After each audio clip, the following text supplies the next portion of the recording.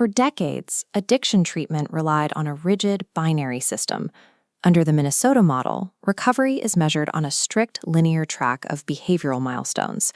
But the problem is the failure state. A patient can maintain perfect sobriety, yet their psychological well-being still collapses. Traditional behavioral models demand logic, accountability, and adult compliance from individuals operating with severe foundational deficits. The behavioral issues associated with severe substance use disorder are survival-based coping mechanisms, often forged in response to early childhood trauma. To reach the root of the pathology, clinicians must look past surface-level compliance and address addiction as a profound regression in human development. Compliance-based models manage external symptoms, but failing to address the patient's actual developmental stage often leaves the primary drivers of substance use untouched. This developmental approach is being forged in a specific clinical crucible, South Africa. It is an environment defined by a dense legacy of compounding traumas, systemic racial discrimination, gender-based violence, and historical state violence. Local medical institutions here, like the Chris Hani Barganath Academic Hospital, process some of the highest volumes of traumatic injuries anywhere in the world. When you apply standard Western treatment models, like the rigid abstinence-only frameworks born from the war on drugs, to a demographic carrying this density of unresolved psychological pain, those models completely collapse. Standard academic approaches struggle to connect with deeply traumatized populations. Bridging that gap requires clinicians who bring their own lived experience of recovery directly into the therapeutic relationship. If a clinical model can successfully treat deeply traumatized, developmentally regressed patients in South Africa, its core mechanics will be robust enough to apply to global mental health challenges. To map this developmental regression, we start with the work of psychologist Abraham Maslow. This is Maslow's hierarchy of needs. It serves as the standard clinical metric for upward human development, moving from basic physiological survival at the base up through safety, love, esteem, and finally self-actualization. In addiction treatment, clinicians use a different graph, the Jelinek curve. It tracks the downward progression of the disease as the patient loses control over their substance use. When you map these two models together, a clear pattern emerges. The trajectory of severe addiction does not merely stall human development, it forcefully inverts it. As the disease progresses, higher-order adult functions like morality, esteem, and social connection shatter entirely. The patient is stripped down to an unstable point of biological survival. Functionally, they return to a psychological state of infancy, losing the capacity to self-regulate, plan for the future, or even nourish themselves. When exhausted family members complain that they have to treat their addicted loved ones like children, they are inadvertently diagnosing the exact developmental stage the patient is trapped in. To rebuild a regressed patient, treatment must begin at the correct developmental starting line. For that, we look to Erik Erikson's stages of psychosocial development. This diagram starts with Erikson's very first stage of human development, trust versus mistrust. This is the mandatory foundation for any addiction recovery.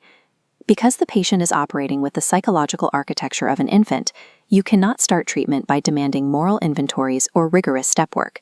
The clinician must first establish a secure, predictable emotional base. To build that base, the model integrates person-centered theory, allowing the clinician to provide unconditional positive regard without crossing the line into enabling destructive behavior. Next, attachment theory is applied to correct the disorganized and avoidant relationship patterns initially caused by the patient's early trauma. Only after trust and secure attachments are locked in can the model utilize logotherapy. This helps the patient construct higher-order meaning and purpose in their newly stabilized life. Effectively treating an addict requires systematically rebuilding their psychological architecture layer by layer, rather than demanding top-down behavioral compliance from a fractured foundation. Translating this psychological scaffolding into measurable evidence requires a structured clinical trial. The proposed study targets a cohort of 15 patients undergoing a 21-day residential treatment intervention. The immediate clinical hurdle is biological. The treatment window must account for a 3-day medical detox phase before any deep psychological work can safely begin. Instead of simple quantitative abstinence tracking, the research relies on qualitative data to capture actual improvements in the patient's lived experience and quality of life. The methodology driving this is called grounded theory. Here, the researcher acts as an active clinician, refusing to force patient data into preconceived academic outcomes. The clinical framework is continuously iterated and adjusted based directly on the in-depth qualitative responses of the patient cohort. For highly traumatized populations, this action research approach is essential. It allows the actual human experience of recovery to dictate the science, rather than the other way around. Mere behavioral abstinence is an insufficient metric for clinical success. The modern, holistic metric for measuring true efficacy is the accumulation of recovery capital. This chart tracks variables far beyond a clean drug test. It measures the rebuilding of secure social attachments, active community integration, and long-term emotional resilience. But patients can only begin to buy into and utilize these external community resources if that initial foundation of trust is successfully secured first. While biological abstinence acts as a necessary baseline, the durability of recovery is determined by the psychosocial resources a patient has gathered to sustain their quality of life.